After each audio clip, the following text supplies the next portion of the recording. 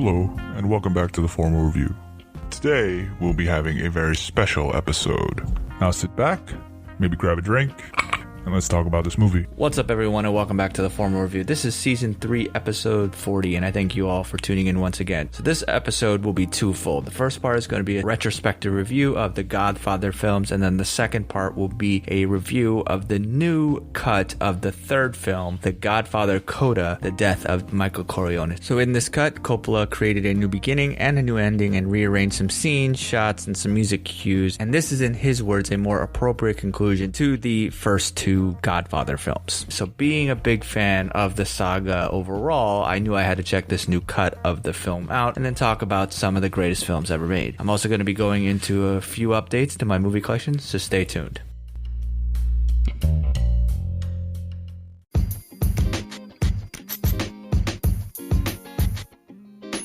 Have you ever thought about starting your own podcast? When I was trying to get this podcast off the ground, I had a lot of questions, like how do I record an episode? How do I get my show into all the apps that people like to listen on? How do I make money from my podcast? The answer to every single one of those questions is really simple. Anchor. Anchor is a one-stop shop for recording, hosting, and distributing my podcast. And best of all, it's absolutely 100% free and ridiculously easy to use. And now Anchor can match you with some great sponsors. That means you can get paid to podcast right away. In fact, that's exactly what I'm doing right now. So if you've always wanted to start a podcast and make money doing it, go to anchor.fm/start to join me and the diverse community of podcasters already using Anchor. Again, that's anchor.fm/start. And I can't wait to hear your podcast.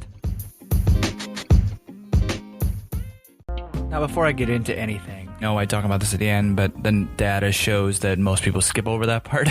So I do want to reiterate the importance of leaving reviews on your favorite podcast service, because those reviews really help me grow and improve. A lot of you have talked to me offline, but I do really appreciate the reviews that already are out there. If everyone could just continue doing that, or letting me know any way that you think that I could grow and make this more entertaining, feel free, and I'll look at them and I'll grow as such. Anyway, now once again, I want to give a shout out to Movie Matrix. I was involved with their holiday movie draft, which also was a lot of fun, even though I showed up a little late for that. But I think I chose some good holiday movies, though. It looks like at this point, I'm not going to go very far again. But I still am proud of my choices. Check them out. They have a Down the Rabbit Hole movie podcast talking about news and stuff. So definitely gracious to them for allowing me to come on and collaborate with them. So shout out to them. Please go check them out on YouTube. So I got 3 new films to add to my collection that were not part of the Black Friday Cyber Monday sales. I just found really good deals on them at a separate price. So the first one is Logan. So this includes both the color and the noir black and white version of the film, which I do think is a superior film, on their own 4K discs. And they've been created from an original 4K digital intermediate. So the film's original shooting resolution was between a 2.8K and a 3.2K, and then it was upscaled to 4K in post-production. Sometimes with films that don't have a absolutely pure 100% 4K heritage, there is not as much sharpness in the close-up camera work. I'm not really sure how this one will look. We'll see when I watch it. I am excited to rewatch this movie, especially the noir version, as it is, in my opinion, one of the best single superhero films ever made. Both versions of the film come with a Dolby Atmos track, which is an upgrade from the 7.1 DTS HD Master, and that is a visual upgrade from the Blu-ray and also the audio upgrade. So this was definitely worth upgrading just a little bit. Audio, generally like a 7.1, is going to sound very decent no matter what it is, but Dolby Atmos is more advanced, and frankly, that's what I really love when it comes to movies, especially now when Warner Brothers releasing that the version of Wonder Woman 1984 that they're going to be releasing on HBO Max is going to be the first 4K with Dolby Vision, Dolby Atmos, and all the great things about home media on their streaming service. Now, as a quick sidebar, Wonder Woman, I'm excited that I'll be able to see it now. Will it actually be true 4K? It's hard to say.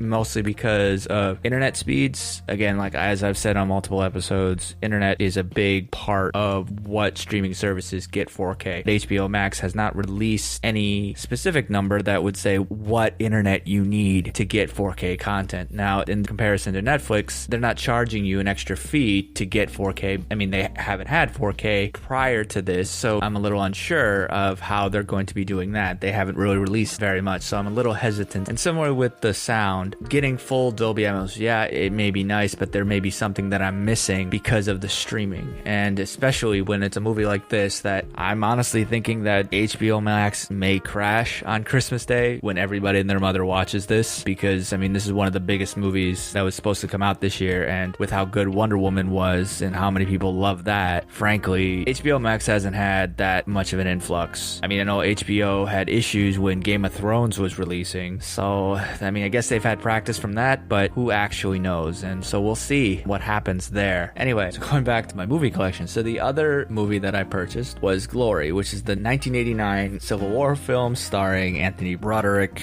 Denzel Washington, Carrie Hughes, Morgan Freeman. And what's really great about this movie is that it was filmed on 35mm. So this is true 4K. And this is one of my favorite Denzel Washington performances. I mean, it is the one that won his award for Best Supporting Actor, his first Academy Award. So I'm actually really excited to watch this film eventually, especially with the Dolby Atmos track. I think that's going to be really, really fantastic. And the last film that I got on 4K this past time was Batman vs. Superman Dawn of Justice, the Ultimate Edition. Now, for those people who do hate this movie and haven't seen the Ultimate Edition, I stress to you that this version of the movie is much, much better than the theatrical cut. Yes, it still has problems. There is, I think, too much going on in the film to be a cohesive story, but it still, I think, has a lot of really great moments in it. And frankly, for me, those moments are just so much fun. The theatrical cut was 151 minutes. The Ultimate Edition is 183 minutes. That's 30 minutes of extra footage. And honestly, if you cut that amount of footage that is important to the story, it ends up being a horror film, which, I mean, has been shown on multiple occasions. So I would suggest everyone watch this film at least once, and then you can make your decision on the actual version of the film, because frankly, the theatrical cut isn't the actual version of the movie. So this was filmed on 35mm, but also used a digital camera in 3.4K and also IMAX camera. It did have a 4K digital intermediate, so it is similar to Logan in that fashion. The main difference, and this is something I noticed also on the Blu-ray, is that you still have the black bars above and below the film's image in comparison to Nolan's use of IMAX when he covers up the entire screen. And from what I've been reading, it's the same on the 4K. Now, the Blu-ray version also had a Dolby Atmos track, so that's not really an audio upgrade. But honestly, when it comes to certain films, a 4K version is just worth an upgrade. But honestly, for me, the reason why I was able to upgrade for this was because I found a sale on eBay for the Zavi exclusive steelbook. Now, I'm not a steelbook person, but the steelbook for this movie just looks so dope that I had to get it. And I was just looking for the right sale, and I found one, and it just looks like the Batman comic book, The Dark Knight Returns. I think it just looks so cool. And with a movie that has some of the two most famous comic book characters of all time, I couldn't resist. Luckily, I did find a sale on it. Then the obvious addition to my collection is the movie that I'm going to talk about in this episode. Now on to the movies at hand. So let's sit back, relax, grab your drinks, and let's discuss these movies.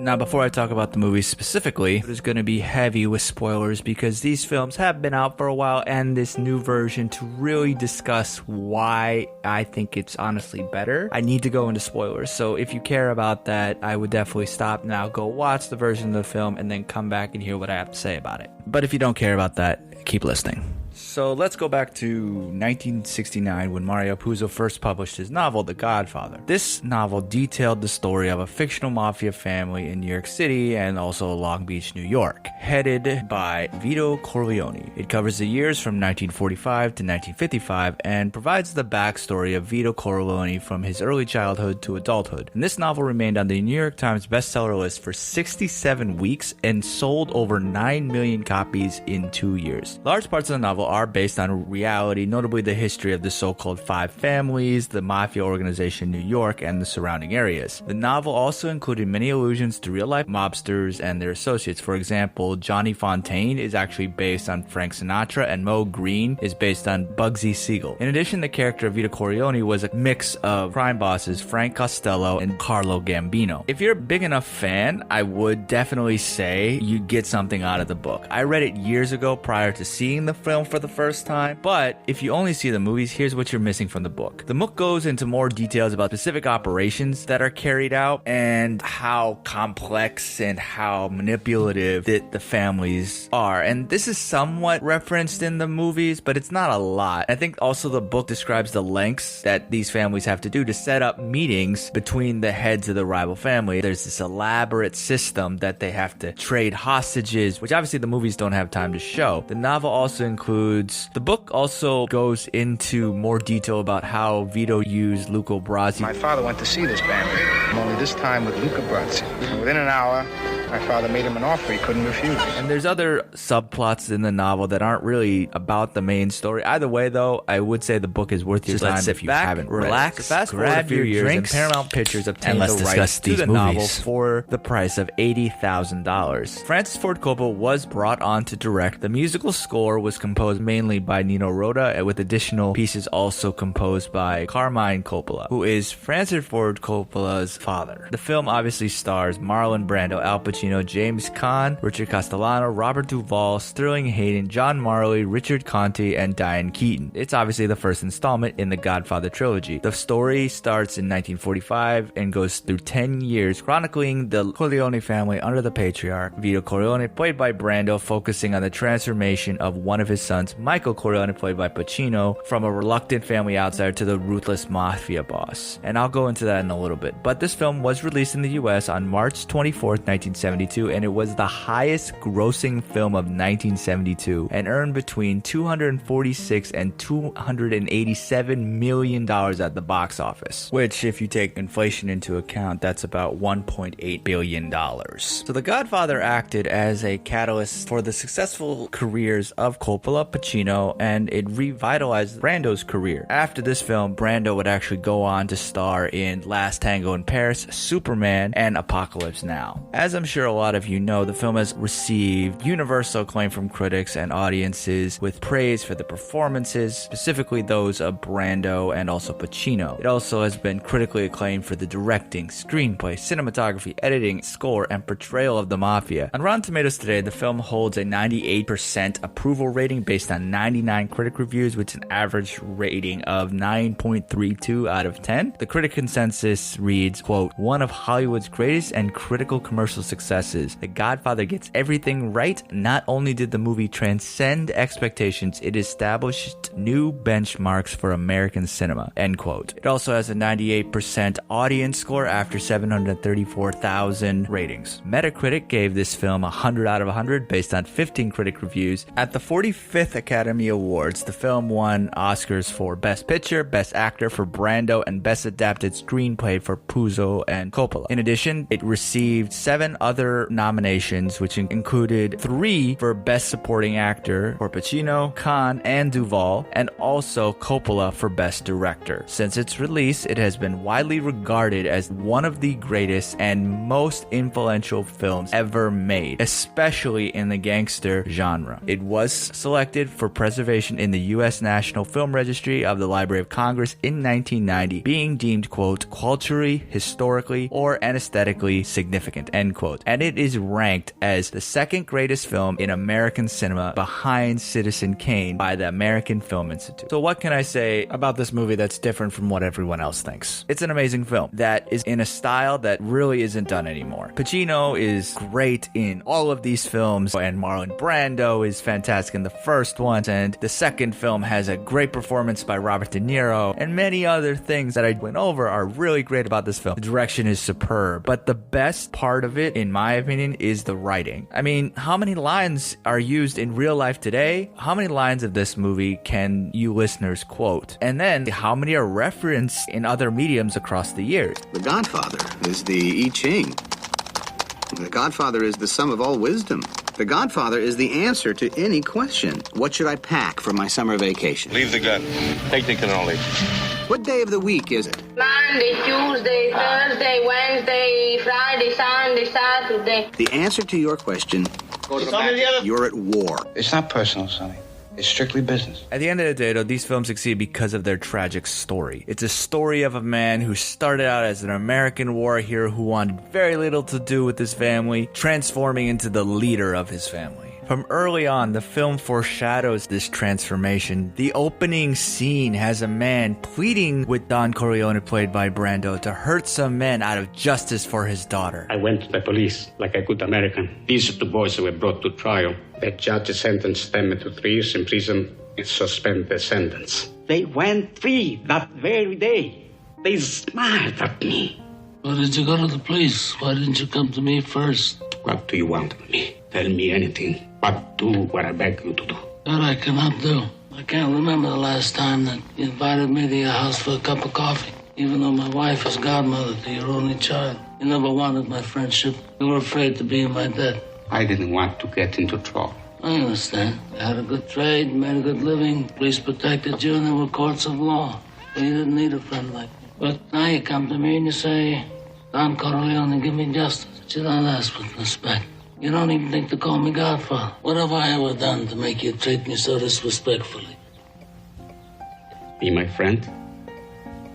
Someday, I'll call upon you to do a service for me.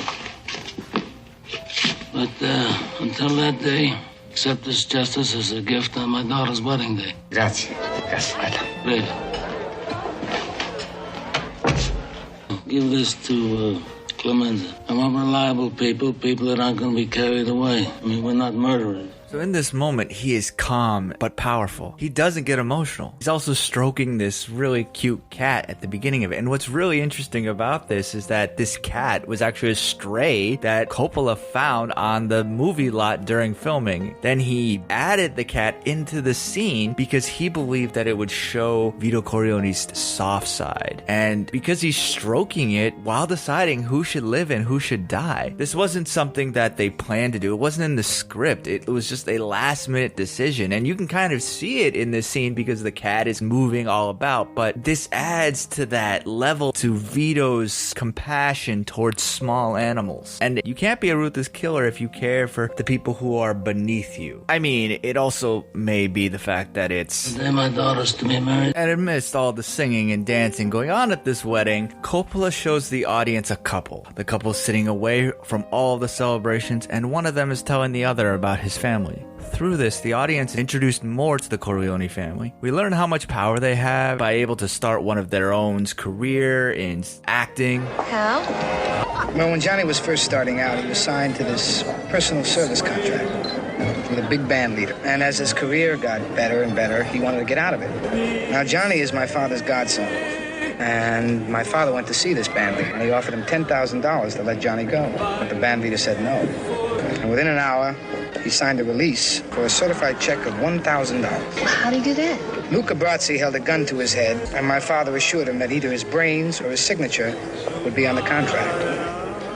That's a true story.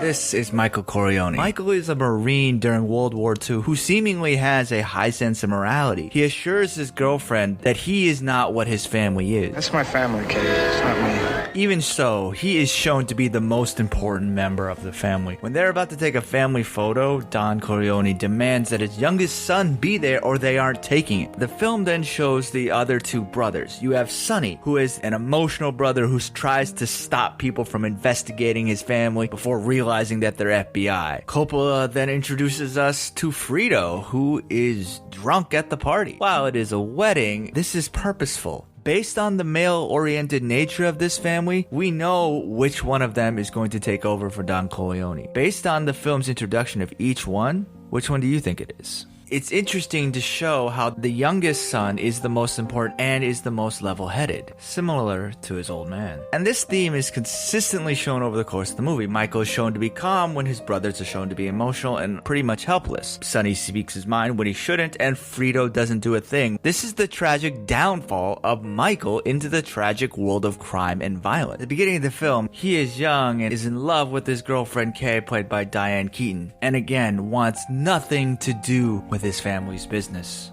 But what can change a person? Tragedy. When the Corleones meet with Virgil Sollozzo to discuss Corleone's cooperation in protecting the rival Tattaglia family because of their interest of getting started in trafficking heroin, Corleone declines as he thinks getting involved with narcotics would destroy his political connections and his reputation. Everything seems fine after leaving this meeting, but Corleone sends Luca Brasi to double check on things. Brasi is then killed, which comes as a shock to the audience because in this scene, all the characters are calmly talking to one another when all of a sudden a knife is brought out and stabs Brasi's hand right into the countertop. Coppola then shows the audience how horrific it is by focusing on Brasi's hand when the knife goes through it and emphasizes his face. You see how his eyes react to getting choked. Through this, Coppola is saying that the power that the Corleones have can be taken away. The following scene shows Don Corleone shopping in an outdoor market, purchasing fruit with his back to the camera. The audience knows something bad is going to happen.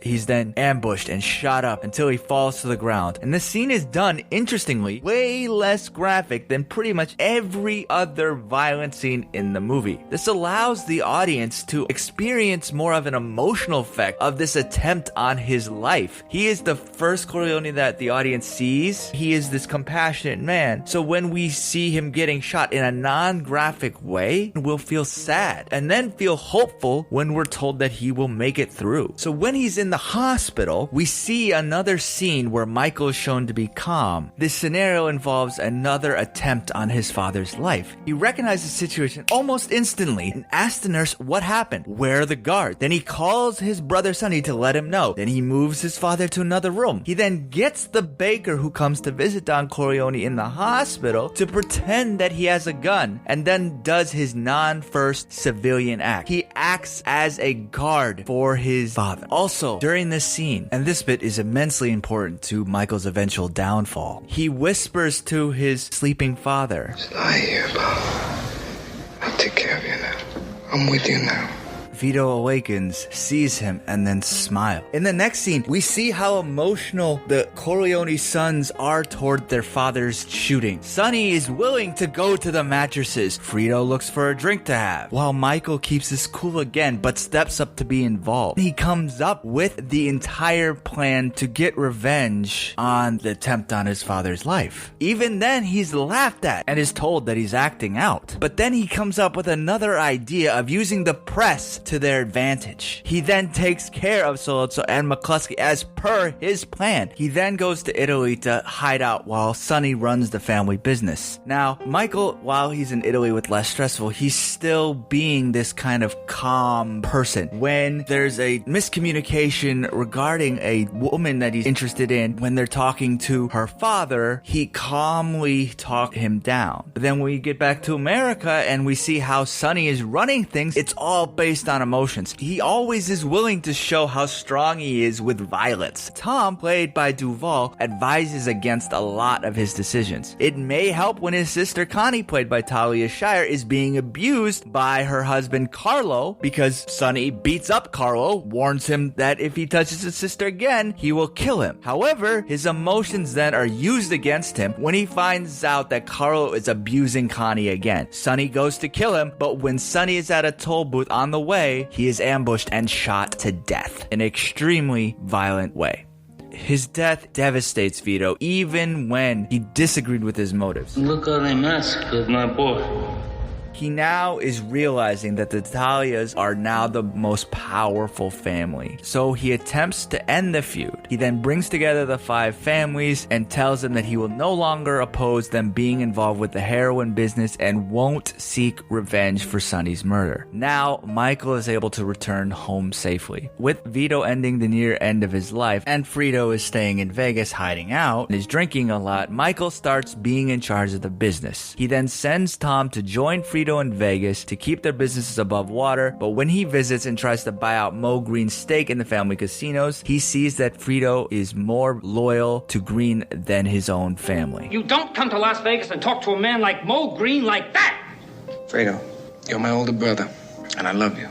But don't ever take sides with anyone against the family again.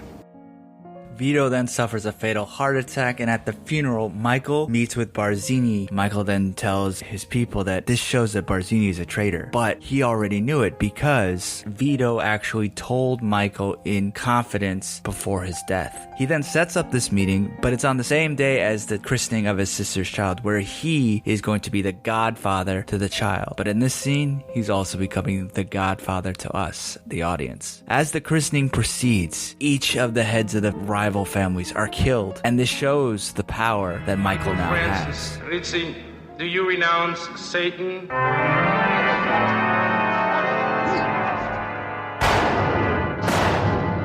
do renounce him. Michael can be doing something completely different, but has the control to handle business while doing something so pure as a christening.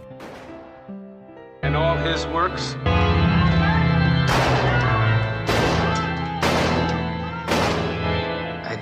It's quite ironic that he has such a high stake in his family, but also how the family business takes over his life. Michael Ritzy, will you be baptized? In nomine Patris, et Filii, et Spiritus Sancti. Michael Ritzy, go in peace, and may the Lord be with you. And then lies to Kay about his family business when he used to tell her everything. This one time I'll let you ask me about my affairs. Is it true?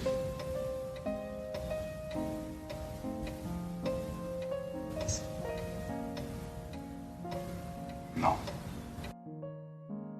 Michael has now become the leader and assumes all responsibility that his father had. He is now Don Corleone. So following the success of this movie, there was a clear demand for a sequel. Coppola, though, was hesitant to return due to him in the studio clashing. The director and Paramount clashed on everything from casting to production delays, and producers strongly considered replacing him even midway through filming. So when it came time to direct part 2, Coppola wanted no part in the sequel and even suggested Martin Scorsese to be his successor. But Paramount executives rejected this. Then Coppola was given more creative control, so he became the director. He then started to develop both a sequel and somewhat of a prequel to the story of the rise of Vito and the fall of Michael. The Godfather Part 2 was then released on December 20th, 1974. Talk about a Christmas movie. Initially, some said that it was superior to the first film, and some dismissed it completely. They said it had fantastic cinematography and acting, but it was also overly slow-paced and convoluted. It grossed between $48 and $88 million worldwide on a $13 million budget. The film was nominated for 11 Academy Awards and became the first sequel to win Best Picture. Its 6 Oscar wins also included Best Director for Coppola, Best Supporting Actor for De Niro, and Best Adapted Screenplay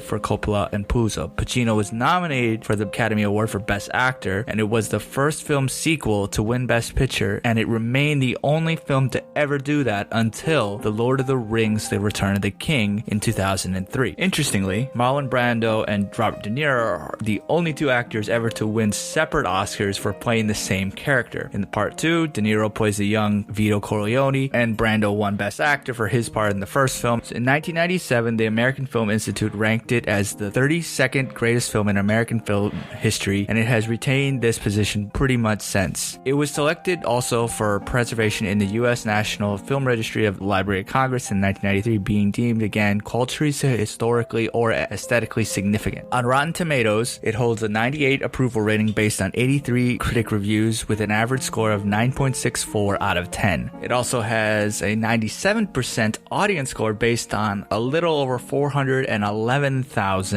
user reviews. The consensus reads, quote, drawing on strong performances of Al Pacino and Robert De Niro, Francis Ford Coppola's contribution to Mario Puzo's Mafia saga set new standards for sequels that have yet to be matched or broken, end quote. Metacritic also gives it a 90 out of 100 based on 18 critic reviews, which indicate universal acclaim. Now, the debate is if this film is actually superior to the first film. I honestly go back and forth between the two because on this rewatch, I really felt that the first film was superior, and because it's able to tell such a good story that honestly you don't need the sequel to tell the overall story, and this film supports it in the best way. So this is seriously one of the best sequels of all time. But there are some days where I do think that second film is superior to the first film. It really depends on what you are really looking for in a movie, because this film is able to do something that the first film didn't, and that's essentially tell two different stories at the exact same time. And that does show more technique from Coppola, because this film shows Vito's growth to the stature that we saw him at in the first film. His growth is paralleled with his eventual son, and essentially is a reminder of how innocent Michael was at the beginning of the first film, similarly to how innocent Vito was at the start of his story. And I think that the ending scene of this movie shows that Michael actually fought against his family's objection to him joining the army. He was a rebel to what his family wanted for him. Him being the youngest, he had the ability to make his own choices in life, and he chose to go into the military as he questions the family business. And this is different from his older two brothers, who had to grow up while Vito was still getting himself established, whereas Michael grew up at a point when Vito was already established in New York City, as shown when he actually goes to Sicily as a young boy for Vito to extract his revenge. He's such an innocent child that doesn't really get to see the bad sides of the Corleone family, whereas the older two brothers saw that, and obviously so did Tom as well. And this again supports the idea that they started off in the first film, where Michael was actually Vito's most beloved son, as he really never wanted Michael to be a part of that business. He wanted him to become something different than himself. He is that typical father and parent that really just works hard as he can to make sure that his children don't have to go through what he went through. Yes, he's not a typical father in the way he goes about that, but at the end of the day, he's still trying to help Michael go about and have a so-called normal life. And again, irony comes into play when Vito pushes his son away from the business. It actually brought him closer in the end and made him the most ruthless and immoral Don of the family. And Michael changed from a hero in the eyes of the family and many patriots into a monster. Similar to his father, he, as shown in the second film, he attempts to not involve his loved ones in the family business. He tries to keep things business and not personal, which obviously sometimes makes him do terrible things. And in the sequel, we see him wait for his mother to die so that he can kill his brother who betrayed him. He keeps all things personal out of it. He knows that Frito's betrayal will make him look weak, and even though Frito is his brother, he knows that he has to do this. I know it was you, Fredo. You broke my heart.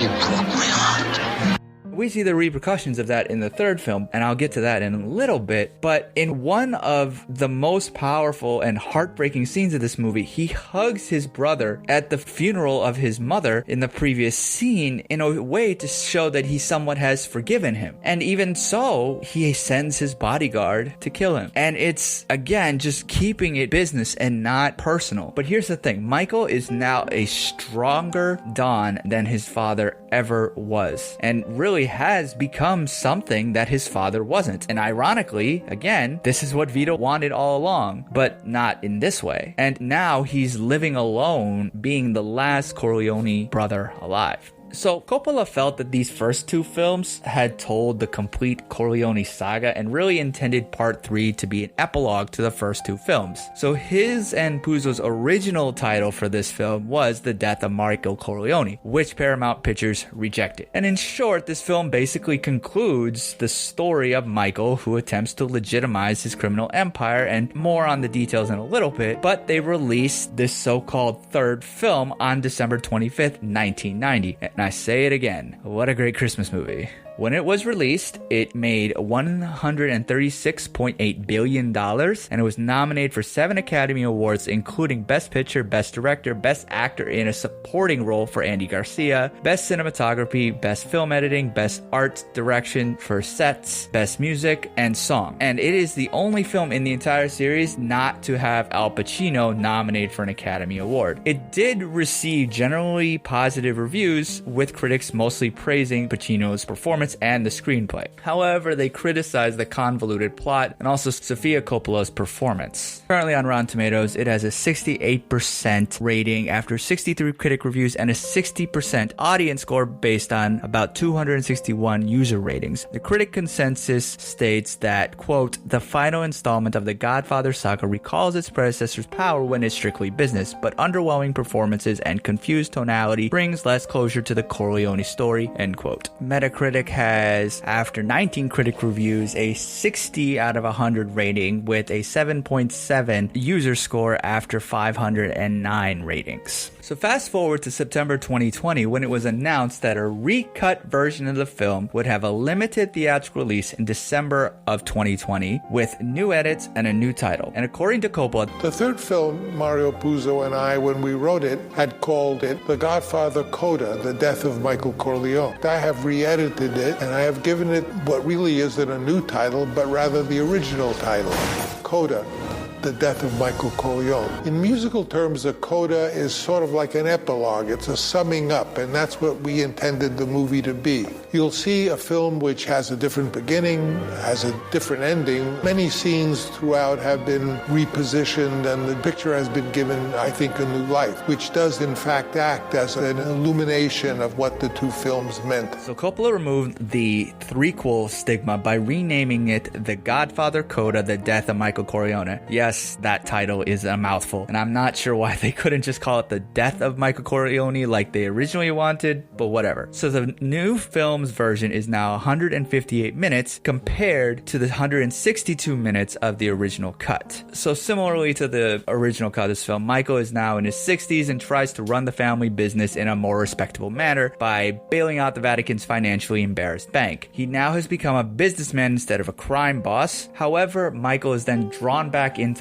mob violence because he gets involved between the boss of a casino he sold off and his nephew Vincent Corleone, played by Garcia, who is the bastard son of Sonny, Michael's brother, whom Michael obviously sides with. This obviously leads to many deaths, but Michael also realized that the supposedly legitimate world of business and politics is actually equally bad to what he was doing, or potentially worse. So his acts essentially become a key role in a fictionalized versions of two real-life events: the 1978 death of Pope John Paul I and the 1982 murder of the Vatican-connected banker Roberto Calvi. So both real and fictional versions of John Paul I reigned for a very short time before being found dead in their bed. The media states that he was planning a reform, and the main suspect in both of these situations was the Archbishop, who was the head of the Vatican Bank, though they did look a little different in real life compared to the movie. The death of the Swiss banker mirrors the fate of the Italian head of the Banco Ambrosiano, and he was found hanging under Blackfriars Bridge in London in 1982, and it wasn't unclear whether it was suicide or murder until recently, when Italian courts actually ruled the latter. So this film has ambition and reach, and it does tell a good epilogue to the Corleone story. Michael continues to pine for his estranged wife Kay, again played by Diane Keaton, while their grown children make decisions that somewhat go against his wishes. His son, Anthony, played by Frank D'Ambrosio, wants to leave law school to pursue music, while his daughter Mary, played by Sofia Coppola, is falling for the hothead Vincent,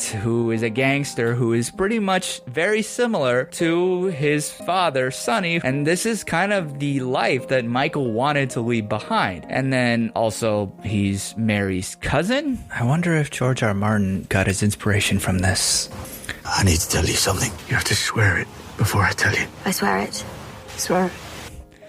And since he's the bastard son of Sonny, so that relationship is just odd in general. But anyway, so again, in the new version, the story is basically identical. However, the small changes do help the film. In the beginning, Coppola gets rid of the papal knighting of Michael and replaces it with an in-chambers discussion between Michael and the Archbishop, which kind of sets the stage for his contribution to the Vatican Bank. In the middle of the film, Coppola got rid of the scene between Michael and the aged Don Altobello, but the biggest re-edit is the ending, which I will cover at the end of this review. And if you dislike the original cut, you may not get much more out of this, but I really think it's better, because even with it being a shorter film, because like a good haircut, it makes a difference. So the opening sequence gives a much better and more effective introduction to the story. It demonstrates how wealthy the Corleones now are. We don't really know why this is. However, we do know that the deal with the Vatican will make Michael one of the most wealthiest people in the world. And this scene is contrasted to the opening of the first film with the funeral director. The difference is that the funeral director was seeking justice after chasing the American dream, and here the meeting is meant to basically have Italy and everyone involved with this deal benefiting from those who got their money in America. As with the original two films, there are still some really fantastic scenes, such as when Michael is looming over Joey Zaza in their first confrontation, or the death stares between Michael and his daughter when Vincent pushes her away on Michael's orders, and the attempted hit job on Vincent, the mob hit in the ballroom, and then Pacino's deliverance of "Just when I thought I was out, they pulled me back in." Pacino's portrayal is excellent as ever, though it definitely can be seen that he is older than his prior outings, and it is definitely the weaker of the three portrayals of this character. However, it's still really, really good. The direction by Coppola is also just as good as the first two films. He keeps his style of romantic classicism with grandiose and professionalism. The difference between this film and the first two films isn't its style, rather it's the focus of the film. The first two were made during the Vietnam War and also Watergate, and essentially showing that the best of us can fall so far and that everything is not as it seems. There are things happening behind closed doors. The Watergate scandal essentially stemmed from Nixon's administration trying to cover up its involvement in a break-in of the Democratic National Committee, which eventually led to Nixon's resignation as president. And in Coppola's world, it's the Italian Mafia. Though, like I said about the first film and the novel, it is somewhat based in truth of the Italian Mafia being in control of a lot of political things going on in the United States. In this film, he does show that things are happening behind closed doors, but it's concentrated more specifically to the Catholic Church. Coppola takes on the Catholic religion and confronts it in the same way he confronted American society in the prior two films. This confrontation of the church hierarchy and its apparent mediated relationship to God is also contrasted to Kay, as she is the daughter of a Baptist minister and somewhat acts as Michael's conscience. This movie then becomes an analysis of faith similar to that of a Martin Scorsese film. But by the end of the movie, Michael sees legitimacy of his family business as an illusion. So this is also the first film to focus solely on Michael. The first two films do focus on him for sure, but his father is also being looked at. Here, the film focuses on how this life that Michael chose hits back at him after all of his dirty deeds. He confesses finally to his dirty deeds of murder of a lot of people, including his brother Frito, and him finally coming to terms with the priest is absolutely heartbreaking, and you finally see how much all of this has hurt him. I betrayed my wife. Go on, my son. I betrayed myself. I killed men. And I ordered men to be killed. Go on, my son. I ordered the death of my brother. He injured me.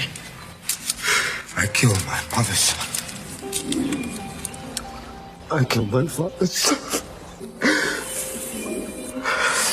Your sins are terrible, and it is just that you suffer.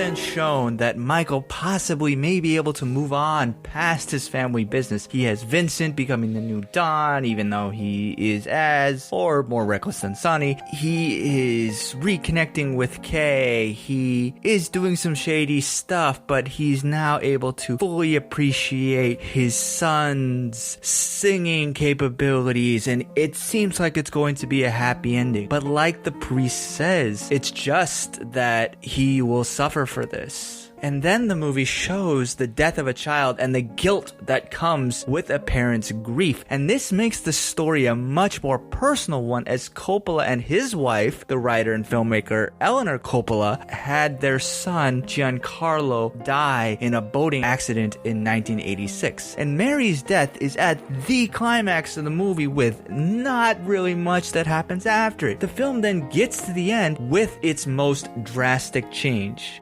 The aged Michael is sitting alone in Sicily, and he doesn't die. He has to live on alone. He now has lost everything. His father, his mother, his brothers, his wives, and his children. We know that Connie most likely is involved with the family business, and he doesn't want to be that anymore. And same with Vincent and any other living family member. All of his debts have been settled, but he has no family left. Another difference in this scene is that he only thinks of his daughter and not of Kay and Apollonia, because she was the last person to actually love him, and now she's gone. So now what? He's essentially cursed to live on alone with time and blood on his hands for him to just think about his past. After all that he did, he really has nothing to look forward to in life but death, of which won't come for a while. And this concludes the tragic downfall of Michael Corleone in perhaps the perfect way. At the beginning of this story, he was a hero with a large family and loved ones, and the most important child of it, but very little power. Now, he's the most powerful,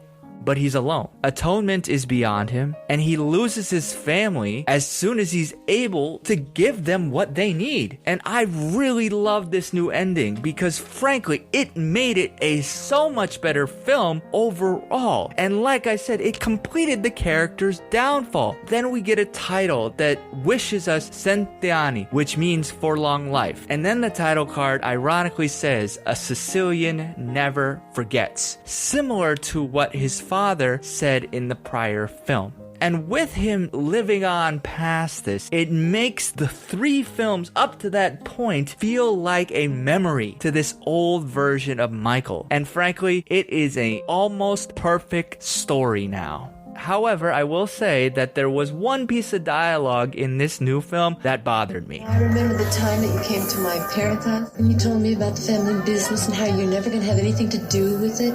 You sounded like Tony. I was a lot like Tony. This isn't exactly how it happened in the first film, and it was at Connie's wedding. That's my family, Kate. It's not me. But maybe he told her some other time, and that's just retconning it. So this may be a nitpick, but I do think it shows some weakness in the writing. Sofia Coppola isn't as bad as I remember her being when I first watched the movie in both this one and also the original. While not great, I think she still feels natural as the daughter helping her father, which is precisely what Coppola was doing, because Winona Ryder had to leave unexpectedly, so Sofia stepped in to help her father, who was in a bind. So she comes off as innocent in her portrayal as Mary because she really wasn't much of an actor at the time, which works as Mary is innocent in the Corleone crime world. She did nothing but really love her father and her cousin. Yes, the latter is still weird. And I will say maybe the ending feels a little rushed and it just is so drastic getting to that point, but again, such a small little thing, because there's really so much that a recut of an older film can do. You can't really take out a weird love story, though luckily that is not the main part of the story. So this film certainly is better than it has ever been before. If you are a fan of any of the Godfather films, I suggest this film is worth a watch, especially after you watch the first two films. While comparably to the first two, it is the weakest. However, However, this recut does bring back the Godfather series into the best trilogy of all time conversation. After I watched this movie, I looked up Rotten Tomatoes, and it has a 90% after 39 critic reviews and a 77% after 26 user ratings, so not very much. The critic consensus says that this film pulls the audience back into Francis Ford Coppola's epic gangster saga with a freshly, albeit slightly edited version of its final installment. And Metacritic has a 76 based on 12 critic reviews and an 8 user rating after 4 as of this recording. So not a lot of people have seen this movie, but frankly, I will tell you, you need to watch this movie. So what are your thoughts on The Godfather and The Godfather series, this new cut? Let me know. Hit me up on social media. The Formal Review is on Facebook, Twitter, and the Gram. I post many things, including trailer reactions, so go check those out. The handle is all the same. It's at The Formal Review. Feel free to also check out backseatdirectors.com, where I work with a big team to put out movie reviews and also editorials. Again, that's backseatdirectors.com. Please also subscribe to The Formal Review. We're on Google Podcasts, Apple Podcasts, Spotify. We're now on Amazon Music, iHeartRadio. Honestly, pretty much anywhere you can find a podcast, we have our content there. Also, I'm always wanting to grow and improve, so please leave a review and what you want to hear, because I really do this for you all. I see the numbers, and I really appreciate everyone supporting me and talking to me about movies, because frankly, that's what it's all about. And for anyone who has supported me on a financial basis, thank you again. And if you want to help support on a financial basis, please go to anchor.fm/the-formal-review and click support this podcast. And honestly, any donation is appreciated. Thank you all again for tuning in. And until next time, wear your mask, wash your hands, stay safe, and take care, everyone. Thanks for tuning in to another episode of The Formal Review. Cheers, and we'll see you next time.